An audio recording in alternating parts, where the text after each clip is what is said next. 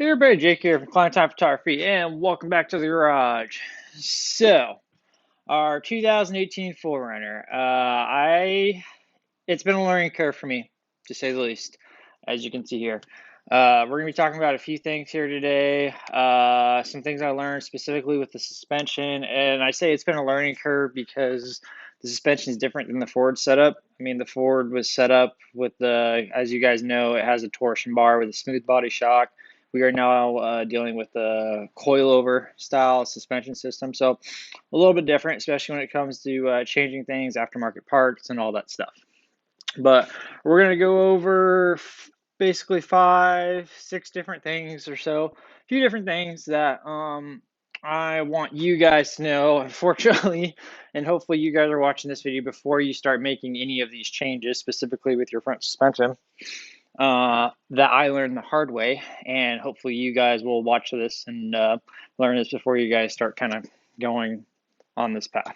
Is specifically talking about front suspension on the 4Runner, so should be pretty similar across the board. The 4Runner I think has like the KDSS, but most of the stuff will kind of apply to that stuff too. So yeah, let's see what we got here.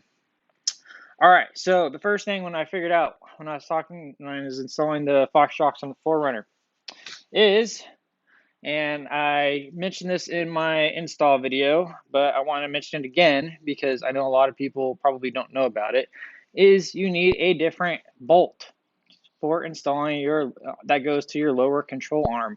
You need a bolt with a deeper shank. So let's kind of talk about bolts here a little bit. So right here, this is your bolt. Here you have your threads. Here you have your shank. The shank is designed to have whatever you're going to be supporting. That is your shank right here. Now, the problem with the 2018 4Runner bolt that comes stock on your lower control arms is that the shank here is not big enough. So what you end up having to do is get one with a bigger shank. Now, the problem is, and how you know that it is not large enough, is that when you install your shock, the bottom of the shock will not be sitting on the shank entirely, kind of like this is like a little makeshift thing I did. It'll actually be sitting on the threads a little bit, kind of like that, if you guys can see that. So that is something you do not want. You do not want this. You do not want your shock sitting on these threads. Couple different reasons. Why? There's these inserts that go into the bottom of your shock that if it is sitting on these threads, it'll start messing them up. That's one reason. Second reason is the shank is what's designed to carry the load capacity of that bolt. They are not designed to have stuff on the threads. They're designed to have stuff on the shank. So I posted up a picture of the bolts that I used. I think I got them at Hank's Hardware, I believe. I'll post a picture up of it again. This is the bolt. You will need to cut it.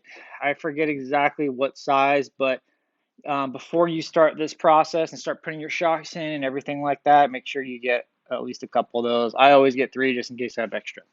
So first thing, you're going to need some different lower control arm bolts that connect to your shock. Second thing, you will need to do an alignment, and I'll kind of show you why.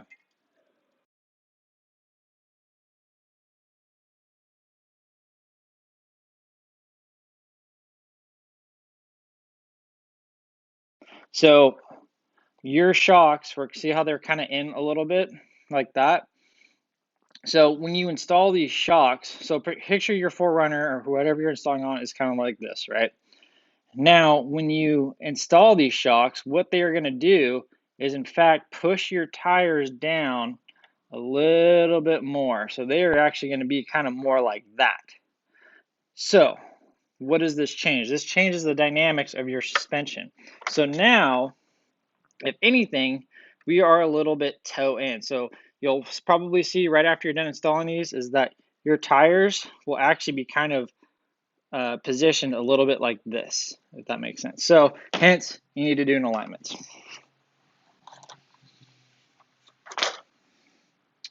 Okay, this is a huge one. Please, please, please, please pay attention to this one.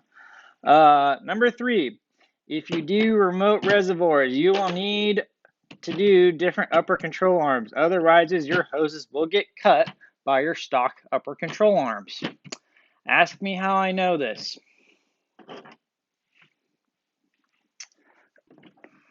That's how I know this. That is not good. And it's expensive.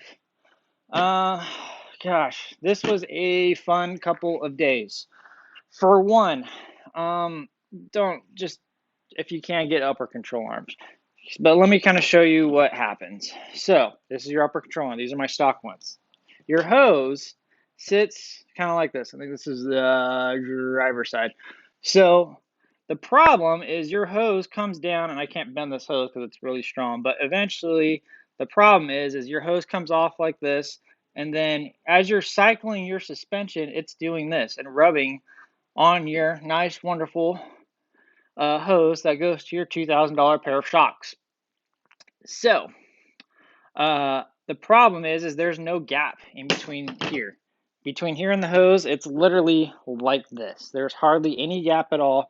So, and on top of that, with these stock upper control arms, if you look here, the edge is super sharp. So another recipe for disaster of why you're going to end up cutting your hoses. So do yourself a favor, get different upper control arms, because I'll give you a couple of different reasons why I went through this process and it was a little bit of a pain. For one, as you guys know, upper control arms for this 4Runner and for any 4Runner right now, foxshocks, all that stuff is in super high demand. Everybody's buying it, everybody's getting camping, everybody's getting overlanding, they're modifying their stuff out and doing whatever they want to do. So these little guys right here, these replacement hoses, are a huge pain in the butt to get a hold of. I talked to I don't know how many different people trying to get these hoses, and they are a pain. So don't go this route. Just get different upper control arms. The other thing that I found out, luckily my neighbor is super cool. He rebuilds shocks for off-road trucks and stuff like that, so he was able to help me out, because the other problem I had with my fox shocks is that they were also leaking oil. Some of my fittings were loose on my shocks when I got them and I installed them. It was my mistake. I probably should have tightened everything and making sure all my fittings and everything were tight on my shocks. I didn't even think about it. I talked to Fox about it, and well, let's just say I ended up replacing everything myself and trying to figure out how to do it myself. So I love Fox shocks. I've used them on my truck. I've used them forever. They're great shocks. I was honestly a little disappointed when I got my shocks and they were leaking.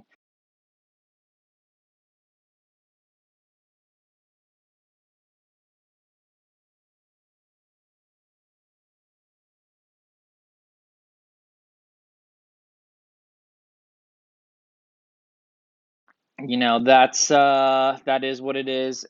I wasn't gonna just wait around because my 4Runner's my daily driver, so I wasn't going to risk losing all the oil out of my shocks and potentially jeopardizing my shocks and then having to replace them all. Then ends up being I'm gonna have to replace them. So I took a whole day, went over to my buddies. He was super cool. He actually knows fox shocks very well. Like I said, he rebuilds them.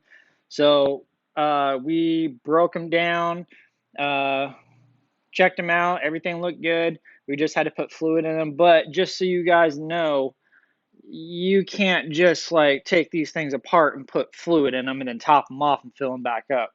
You have to take them. You have to take them out of the 4Runner. Just to give you guys a little bit of an idea of how much of a pain in the butt this is. You have to take the coil off, which this coil, the amount of tension that is on these coils is pretty ridiculous.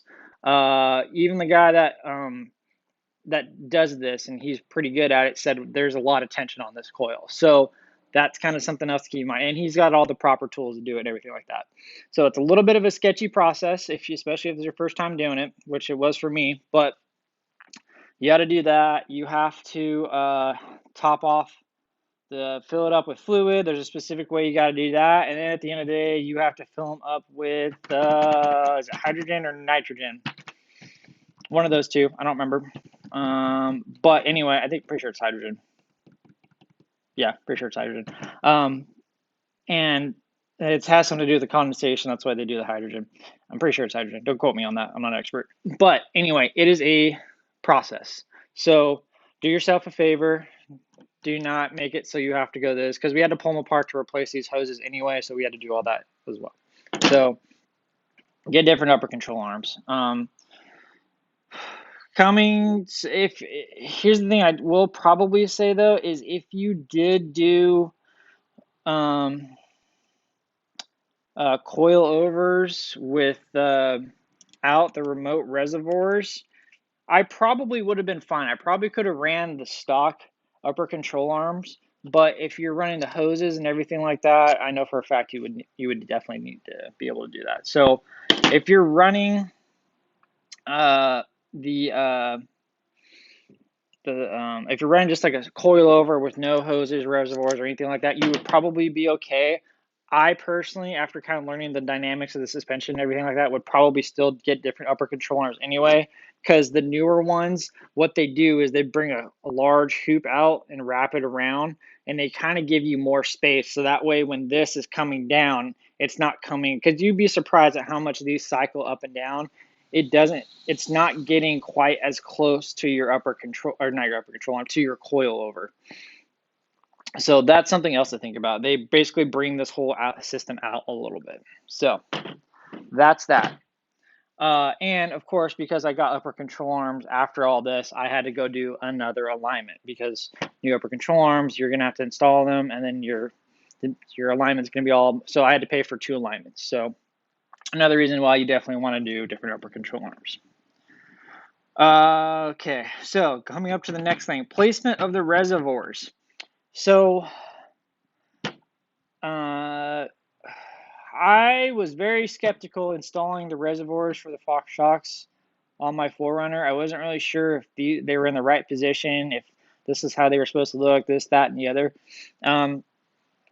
Real quick before I talk about the reservoirs, one thing, make sure if you guys can, do yourself a favor, check all your fittings on your shocks and your reservoir and everything like that. Be very careful, because obviously if you loosen this up, you're going to be leaking some oil, and that's obviously something you don't want to do, because you do not want to get air in these lines.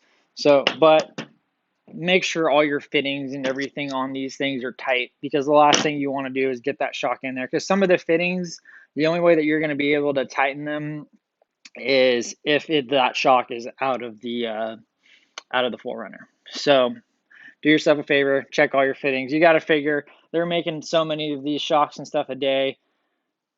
Mistakes happen, but do yourself a favor, instead of having to go through what I do, just check all your fittings.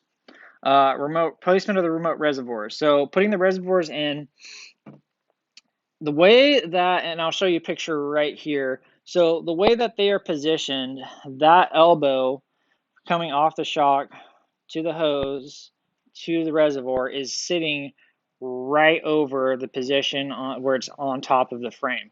This, I was told, I talked to one of the tech guys, is the best position to be in, because if you were to, because the one thing I thought about was, okay, why don't we just put the elbow on the outside, and that'll give us plenty of room, and then I don't have to, and I was kind of worried about the elbow being over the frame, and then the elbow starting to hit the frame and then possibly damage the hoses again.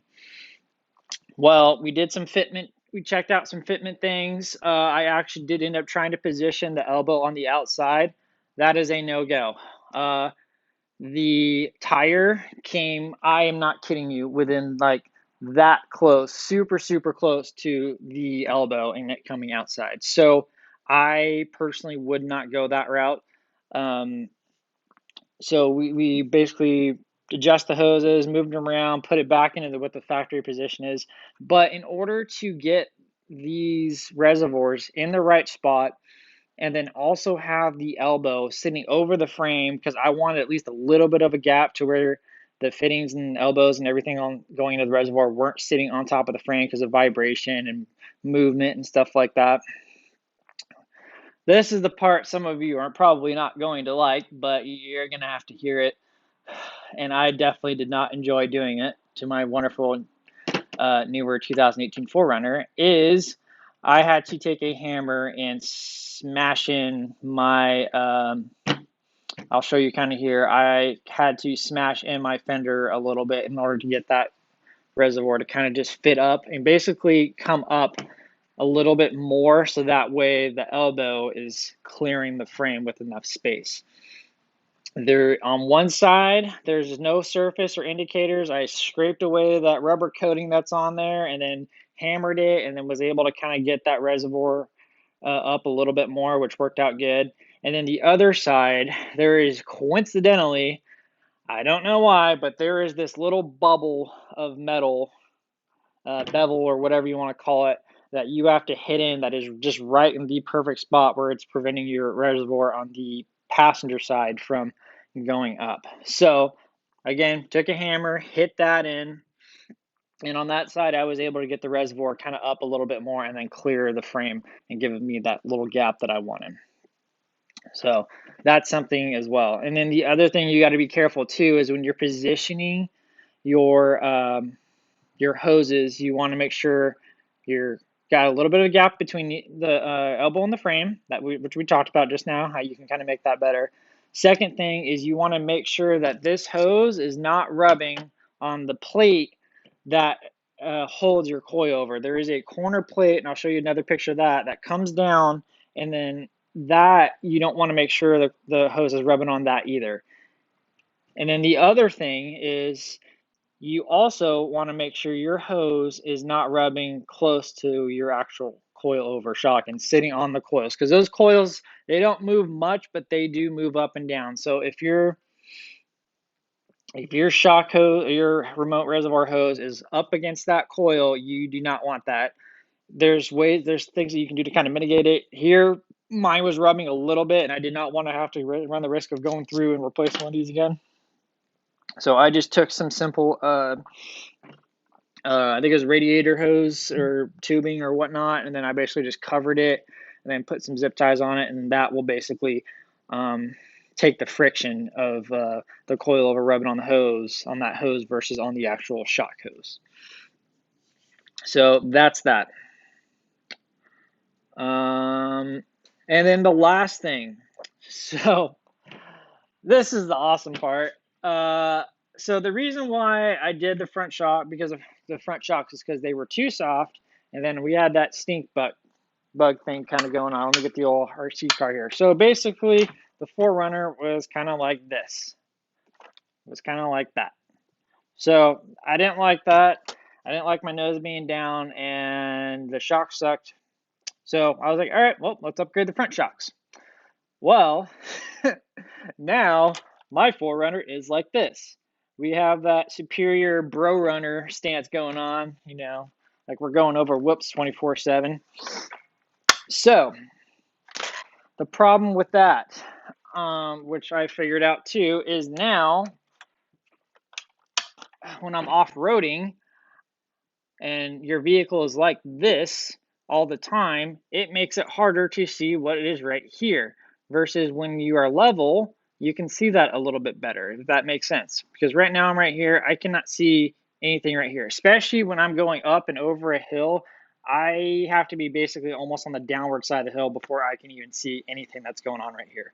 So what I will say is that I am definitely 100% already looking at doing the rear suspension. So I believe I personally messed up. What I should have done is just done the front and the rear at the same time. I need to look into, I've already kind of looked into it a little bit. I'm going to do the same thing, Fox 2.5, the DCSs, DSEs, whatever. And then I will have to do the coils, the Overland style coils, not the super heavy duty ones if you're going to be putting a bunch of stuff in it, but I want to do a lift coil so that way it kind of evens out so the 4Runner is nice and flat. And then the sway bars, I got to look into and see if I can leave those stock or whether or not we're going to need to change those out too. So yeah, What I will say is if you guys do just upgrade your front suspension, probably do the rear too. I know it's expensive. I mean, I'm probably talking, I mean, in the front suspension now, I think I've got $2,800 now in the front suspension alone between the foxshocks and the upper control arms that I did, and then in the rear, that's going to be another. I think it was like $1,200 or $1,500 or something like that.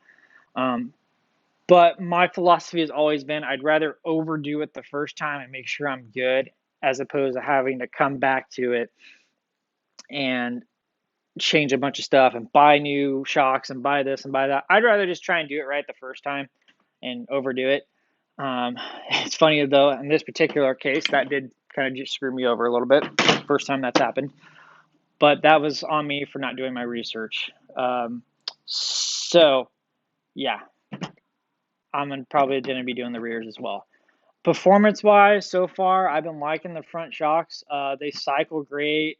I've been driving the crap out of this thing, and it's been running awesome. I've been exploring a ton of cool trails on with the 4Runner, and it's been a blast to drive since the new with the new suspension. I'll probably do another video here shortly once I do the rears about tuning them and kind of see like what some of my personal preference are with my particular setup as far as settings and everything like that. I'm still kind of messing around with it and kind of seeing what works, what doesn't work. But yeah, that will probably be coming here shortly too. Hopefully all this information kind of helped you guys out. And again, you guys kind of check this out before you start going on this process. If you guys, as always, if you guys have any questions, please feel free to ask. Yeah, hopefully you enjoyed the video. Don't forget to, if you guys want, check out some pictures that we have. Check out my Instagram at Clinetimephotography. We also have all of our discounts with all of our companies that we support and everything like that. Definitely check those out. Those are in the video description below. And then our link tree is down there as well. And yeah, I'll see you guys next time. Take care.